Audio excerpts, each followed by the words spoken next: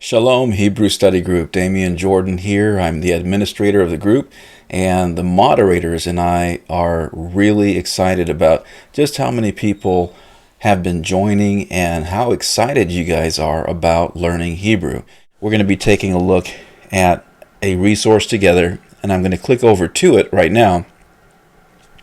And the approach that we're going to take utilizing this resource, which is blueletterbible.org, the approach that we're going to be taking is to study biblical Hebrew within a system with tools that will make it easy for you to learn. And it's just absolutely amazing. I encourage you to follow along. And as you can see right here, I have Genesis 1 verse 1 open at Blue Letter Bible. Okay, and once again, that's blueletterbible.org. So don't forget to make it .org at the end. It's not .com, it's blueletterbible.org.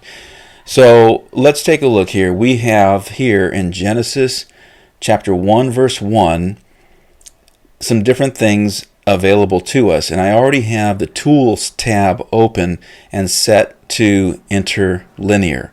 And I'm going to go ahead and look at my other screen right here. So as I scroll down, what you'll see is we've got the Masoretic text and different Tools tabs available to us, but we're going to be focusing primarily on the interlinear. Now, within the interlinear options, you will see that there are different tabs. You have different options, is what I want to point out to you. So you've got forward, okay, with the Hebrew on the left and the English to the right. Notice you have a Strong's Exhaustive Concordance reference number for each word. You also have a button that you can click to actually hear the pronunciation of the words that we're taking a look at. For example, we have Bereshit, okay, and also pronounced Bereshit. Okay, now let's listen carefully. Strong's H 7225. Reshith, Reshith. Second entry, Reshith, Reshith. Okay, so that was the pronunciation, and you're noticing, no doubt, that you've got the two entries right here. You've got it where there's the beit at the beginning, and just understand that that beit is a preposition. If we mouse over the word, it doesn't show up in the video recording. However, if you follow along over at blueletterbible.org, you can mouse over that word, and you can see that it's highlighted yellow. But what I also have appearing on my screen is a lot of detail, fine-tooth comb detail pertaining to this first word grouping in Genesis chapter 1 verse 1. And the reason why I say word grouping is because you actually have here the joining of two words. You have a preposition, okay, and you have the root word reshit, okay, but the b or beit actually is a preposition that means in. And that's why we have, when we've got the preposition together with the root, you have in the beginning. But just understand that that first letter right there, that first Hebrew letter, the beit, you'll often find at the beginning of a word grouping when the preposition is indicating that it's in something, okay? So this happens a lot in Hebrew, where a preposition or an article or a conjunction is joined to the beginning of the Hebrew word that it is modifying. just understand that you might have an article attached to the beginning of that word, which might mean the, okay, or in, or from, but these prepositions and these articles and these conjunctions are added to the beginning of that word. So we're looking here at different options. Now let's take a look at forward inline, and what this comes back with is forward in the sense that the preference is given to the Hebrew, and we're reading from right to left, okay? If I scroll down a little bit, what you can see is the way that Blue Letter Bible breaks down the words into the details that you would be interested in knowing. Now, when I mouse over the this button right here that says HR and then NCFSA, you're wondering, what does that mean?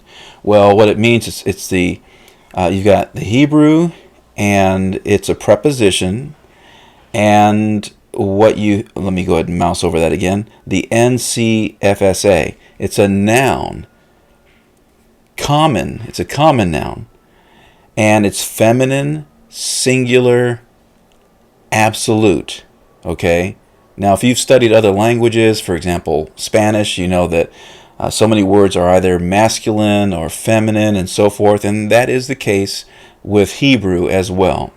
Okay, so what this does, as you mouse over it, a little drop box opens up, and you can see that, okay, this is Hebrew, and it's a preposition, it's a noun, common noun that is, feminine, singular, absolute. So now you don't have to be afraid of that button right there.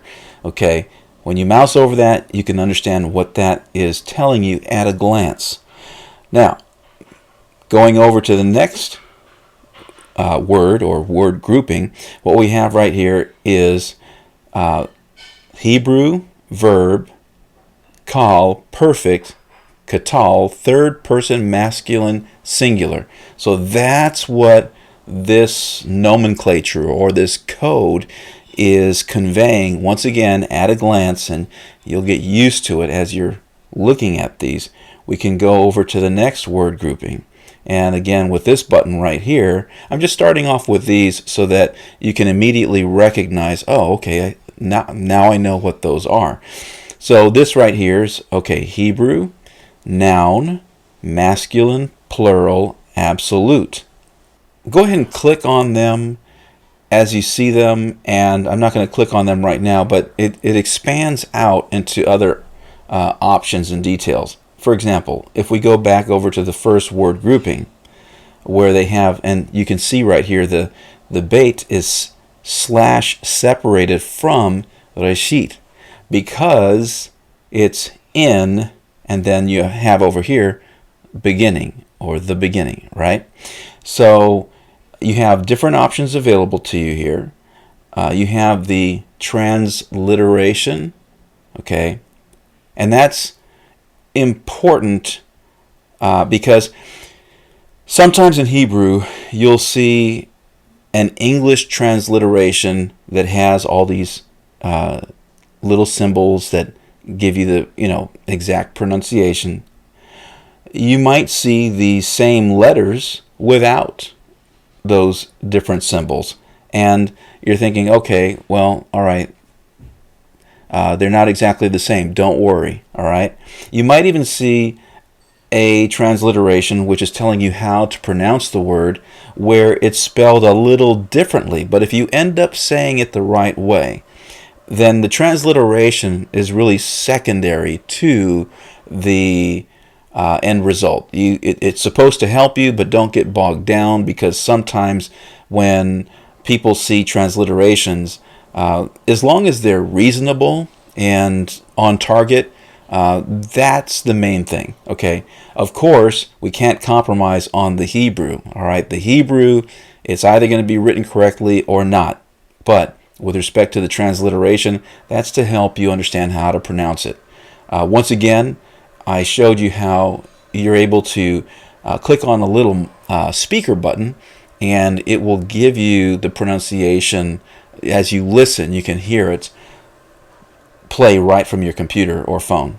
Okay, I'm not sure if it actually works on mobile phones and the mobile devices, but it does work on the desktop computers. Okay, so at any rate, these are just to give you an introduction to what's available as you're reading the interlinear, once again, forward inline. Now we can reverse it and give priority to the English, so that you can read from left to right, and it will look like this. Okay, so in the beginning, God created the heaven and the earth. We have all of this. It's got the same buttons that you just saw with the other viewing option, that is the forward inline. Forward giving priority to Hebrew, okay, and reverse giving priority to the English translation. Okay, so those are a couple of words right there where you want to separate them and understand the difference between the two. So translation is how it reads in English, in the case of an English translation.